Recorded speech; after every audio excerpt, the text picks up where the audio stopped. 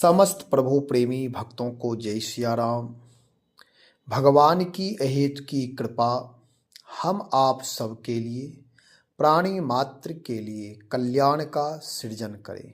सबका मंगल हो, सब सुखी हो, सब भगवान की शरणागति स्वीकार करें, भगवान नाम का जप करें। इन्हीं मंगल कामनाओं के साथ आज हनुमत चरित्र पर चर्चा करेंगे। श्री हनुमान जी महाराज कलयुग के प्रत्यक्ष देवता हैं और जो भक्त श्री हनुमान जी महाराज की उपासना करता, हनुमान जी की पूजा पाठ, हनुमान चालीसा पाठ आदि आदि जो हनुमान जी के मंत्र हैं, हनुमान अष्टक हैं, जो भक्त हनुमान जी की पूजा उपासना में संलग्न रहता है, हनुमान जी सहज में ही कृपा करते हैं। दूसरी बात यह है कि श्री हनुमान जी महाराज राम रामायण के अनन्य प्रेमी हैं। हम आप सब हनुमान जी को प्रसन्न करना चाहते हैं तो उन्हें राम और रामायण सुनाएं। राम नाम का संकीर्तन और रामायण पाठ, रामचरितमानस पाठ, सुंदरकांड पाठ प्रचलित है। सब लोग सुंदरकांड पाठ बहुत सारे भक्त करते हैं, ठीक है, करना चाहिए। लेकिन कहीं से भी भगवान राम का पावन चरित्र सुनाते हैं तो श्री हनुमान जी आह्लाद आनंद से भर जाते हैं, उन्हें बहुत आनंद मिलता है। इसलिए श्री हनुमान जी को प्रसन्न करने का सबसे सरल साधन है राम और रामायण। श्री हनुमान जी महाराज अपने जीवन में राम काज को ही प्रथम स्थान दिया है। बहुत सारे कार्य हैं, जब तक रहेगी जिंदगी फुर्सत न होगी काम से, एक समय ऐसा निकालो प्रेम कर लो श्री राम से। जब तक जिंदगी रहेगी तब तक स्वार्थ की पूर्ति करने में ही सारे जीवन समाप्त हो जाएंगे, तब भी उम्र कम पड़ जाएंगे। स्वार्थ की पूर्ति बची ही रहेगी। इसलिए अपने स्वार्थ की पूर्ति करते हुए भगवान नाम का जप करें, भगवान से जुड़े। तो श्री हनुमान जी महाराज अद्वितीय हैं, भक्तों की मनोकामना पूर्ण करने में अति शीघ्रता से शीघ्र कृपा करते हैं, विलंब नहीं करते। गोस्वामी श्री तुलसीदास जी महाराज कहते हैं कि श्री हनुमान चालीसा में एक वाक्य, एक चौपाई कह रहे हैं कि लाए सजीवन लखन जियाए, श्री रघुवीर हर्ष उर लाए। श्री लक्ष्मण जी को जब शक्ति लगी थी मेघनाद और लक्ष्मण युद्ध में, जब समरांगन युद्ध हो रहा था तो मेघनाद छल के द्वारा यानी छल करके शक्ति का प्रयोग किया और श्री लक्ष्मण जी ने उस शक्ति का सम्मान किया, क्योंकि देवताओं के द्वारा प्रदत्त शक्ति थी। उस शक्ति का सम्मान किया, लक्ष्मण जी मूर्छित हो गए। लक्ष्मण और राम में कोई भेद नहीं है, दोनों भगवान हैं, दोनों अविनाशी हैं, दोनों अजय हैं, उन्हें कोई जीत नहीं सकता। लेकिन जब नर लीला करते हैं तो नर लीलाओं की सारी मर्यादाओं का पालन करते हुए करते हैं। तो श्री हनुमान जी प्राणदाता है, सबको वह प्राण देते हैं, क्योंकि पवन पुत्र तो है ही और पवन ही हमारे आपके प्राण हैं। जब रणलीला में लक्ष्मण जी को शक्ति लगती है तो उस समय कोई उपाय नहीं है कि अब लक्ष्मण बच पाएंगे, कोई उपाय नहीं है। लंका का राजवैद्य जब हनुमान जी उसे लाते हैं और जब वह राजवैद्य देखता है तो वह कह देता है कि कोई उपाय नहीं है, केवल एक उपाय है कि कोई संजीवनी ला करके द्रोणगिरी से ला दे, द्रोणाचल से ला दे, तो फिर उस संजीवनी को यदि सूर्योदय से पहले दे दिया जाए तब यह जीवित हो सकते। उस समय वानरी सेना में, रामा दल में हाहाकार मच गया कि अब कौन जाएगा और वहाँ से लाएगा संजीवनी। श्री हनुमान जी महाराज राम काज करने में हमेशा आतुर रहते हैं, तत्परता दिखाते हैं। परहित कार्य में, परोपकार कार्य में हनुमान जी प्रमाद नहीं करते। तो हनुमान जी ने कहा, सरकार यदि आज्ञा हो तो मैं जाऊं। और हनुमान जी जाते हैं लाने के लिए। रास्ते में कालनेमी मिलता है। कालनेमी रावण जाकर के उसे कहता है कि जाकर बाधा डालो जिससे कि सूर्योदय होते ही वह मर जाएगा। कालनेमी आता है। यद्यपि कालनेमी रावण को समझाता है लेकिन रावण नहीं समझता है। तो कालनेमी निश्चय करता है, क्यों मैं इस राक्षस के हाथ से, ये पापी के हाथ से मरूं? क्यों न मैं राम भक्त के हाथों से मरूं? मुझे पता है कि मेरा कल्याण नहीं हो सकता, मेरी मृत्यु निश्चित है। तो जब मरना ही है तो राम भक्त के हाथों से मरूं। ऐसा विचार करके वह जाता है और माया करके एक मंदिर को सजाता है। हनुमान जी को प्यास लगती है। हनुमान जी पानी पीने के लिए वहाँ देखते हैं एक आश्रम है, सुंदर आश्रम। वहाँ जा कर के पानी मांगते हैं। राम काज करने के लिए हम आप भी जब चलते हैं, जब भगवान की भक्ति करने के लिए निकलते हैं तो रास्ते में बाधाएं आती है, लेकिन उन बाधाओं को धैर्यता पूर्वक, विवेक पूर्वक किसी न किसी तरह पार करना होता है। हनुमान जी वहाँ जाते हैं, उन्हें प्यास लगती है, पानी की अपेक्षा करते हैं। तो जब पानी मांगते हैं तो वह साधु के वेश में कालनेमी था और वह अपना कमंडल दे दिया। हनुमान जी ने समझ लिया यह साधु नहीं हो सकता, क्योंकि साधु अपना जलपात्र नहीं देगा, जल तो देगा लेकिन मूल जलपात्र नहीं देगा। और वह कालनेमी तो बनावटी साधु था, मांगा जल ते दीन कमंडल, वह पूरा कमंडल ही दे दिया। हनुमान जी समझ गए यह साधु नहीं है, यह टकसार नहीं जानता है, साधु शाही सधुकड़ी भाषा नहीं जानता है। कह कपि नहीं अघाओ थोड़े। हनुमान जी ने कहा, भैया मैं थोड़े जल में तृप्त नहीं हो सकता, कोई उपाय बताओ। तब हनुमान जी से तो वह कह रहा था कि आप दीक्षा ले लो, कल्याण हो जाएगा। कथा कहने लगा, ब्रह्मज्ञानी बनने लगा कि मैं जानता हूँ जीत है ही राम, न संशय या मैं जानता हूँ कि राम ही विजयी होंगे।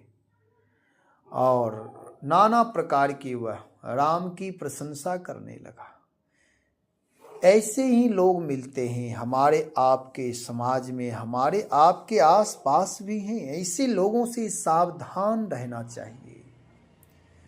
वेशधारी साधुओं की संख्या बढ़ रही है, बहुसंख्यक हो रहे, इसलिए इनसे भरोसा भी उतर रहा है। ये भरोसा के पात्र नहीं रह गए। हनुमान जी महाराज वहाँ से आगे निकलते हैं, कालनेमी को मृत्यु दंड देते हैं। और जब संजीवनी लेने के लिए जाते हैं तो वहाँ उन्हें संजीवनी पहचान में नहीं आया तो पहाड़ को ही उठा करके आते। रास्ते में पुनः बाधाएं आती है। अयोध्या में उन्हें भरत जी महाराज के द्वारा बाण लगता है और वह नीचे गिरते हैं। पुनः वहाँ से आगे निकलते हैं और यहाँ भगवान राम लक्ष्मण को हृदय से लगाकर रो रहे हैं, प्रतीक्षा कर रहे हैं। इतने में लाए सजीवन, हनुमान जी महाराज संजीवनी लेकर के आए। जो भक्त हनुमान जी की उपासना करता है, यदि कोई व्यक्ति रोगी है, आपदा से ग्रसित है, पीड़ित है, परेशान है, तो लाई सजीवन लखन जियाए, श्री रघुबीर हरषि उर लाए, इस चौपाई का पाठ करना चाहिए।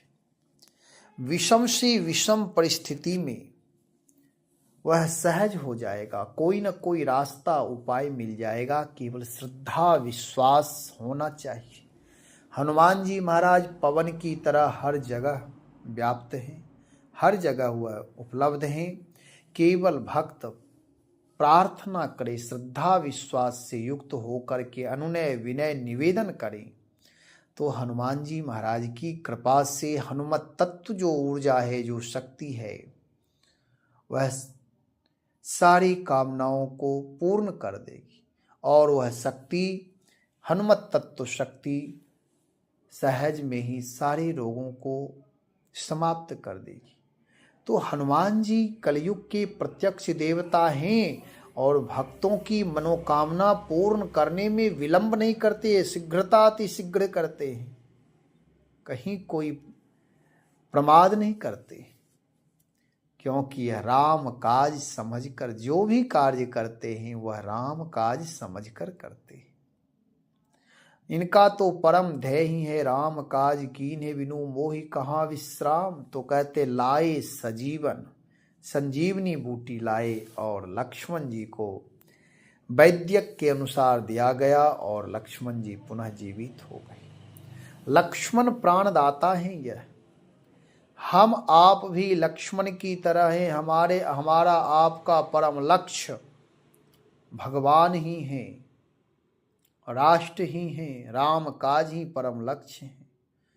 इसलिए हमारे आपके जीवन में भी राष्ट्र सेवा करने में अथवा परमात्मा की विराट सेवा करने में कोई परेशानी बाधाएं आती है, तो हनुमान जी उस परेशानियों को दूर करते हैं। लक्ष्मण को जैसे उन्होंने जीवित किया, वैसे हम आप सब की भी वह प्राण रक्षा करते। लाए सजीवन लखन जी आए। यदि हनुमान नहीं होते तो लक्ष्मण शायद जीवित नहीं रहते। एक पक्ष में मैं मानता हूं कि लक्ष्मण जीवित रहते, लेकिन यश हनुमान जी को मिलना था। हमारे आपके जीवन में भी यदि हनुमान जी की उपासना हम आप सब नहीं करते हैं, तो फिर उसका कोई मूल्य नहीं है, कोई साधन सफल नहीं होगा, कुछ भी हो सकता है। इसलिए हनुमान जी के उपासक जो होते हैं, उनके जीवन में भले कुछ हो जाए, लेकिन सारी विपत्तियों को दूर करने वाले हनुमान हैं। उस समय भगवान राम रो रहे थे लक्ष्मण को गोद में लेकर के और विलाप कर रहे थे। जब परमात्मा नर लीला करते हैं, मनुष्य की तरह लीला करते हैं, तो हर लीला को वह नर रूप में ही दर्शाते हैं। उस समय विलाप कर रहे थे, उसी क्षण हनुमान जी आए। यदि हनुमान उस समय संजीवनी लेकर नहीं आते तो लक्ष्मण नहीं बचते, लक्ष्मण नहीं बचते तो राम भी नहीं बचते, क्योंकि राम लक्ष्मण के बिना और लक्ष्मण राम के बिना नहीं रह सकते। श्री रघुबीर हरषि उर लाए, जैसे संजीवनी बूटी दिए हैं। लक्ष्मण की स्थिति चैतन्य हो गई, जागृत हो गए, पूर्ण स्वस्थ हो गए और भगवान राम हनुमान जी को हृदय से लगा लिए। हम आप भी जब हनुमान जी की उपासना करेंगे, हनुमान जी हमारे आपके जीवन में संजीवनी देंगे, अमृत तत्व देंगे। हमारी आपकी चेतना प्रबल हो जाएगी, अविद्या से, अधर्म से लड़ने की शक्ति आ जाएगी और उसे पराजित करने की समर्थता आ जाएगी। हम आप सब भी जो हनुमान जी की भक्ति करने वाले भक्त हैं, हनुमान चालीसा जो पाठ करते हैं, ऐसे भक्तों के जीवन में संकट आते भी हैं तो हनुमान जी उन संकट को सहज में ही दूर कर देते।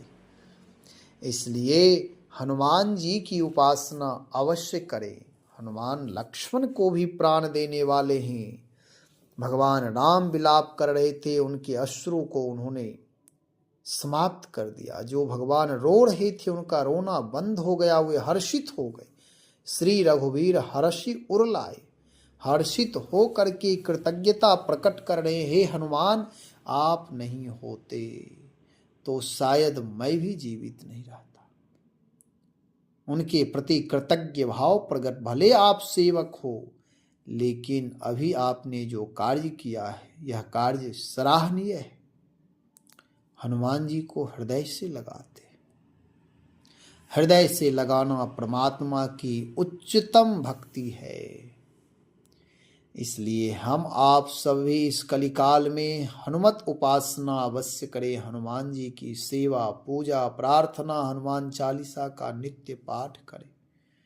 हमारी आपकी बौद्धिकता बढ़ जाएगी। हनुमान जी हर क्षण हर पल हर संकट को समाप्त करने में, संकट का निवारण करने में सर्व समर्थ हैं। कलियुग के सर्व देवताओं में श्रेष्ठ देवता हैं श्री हनुमान जी महाराज। और देवताओं में बहुत सारे विधि विधान हैं, लेकिन श्री हनुमत उपासना में जो भी किया जाए हनुमान जी शीघ्र प्रसन्न हो जाते, क्योंकि ये भगवान भी हैं और भक्त भी हैं।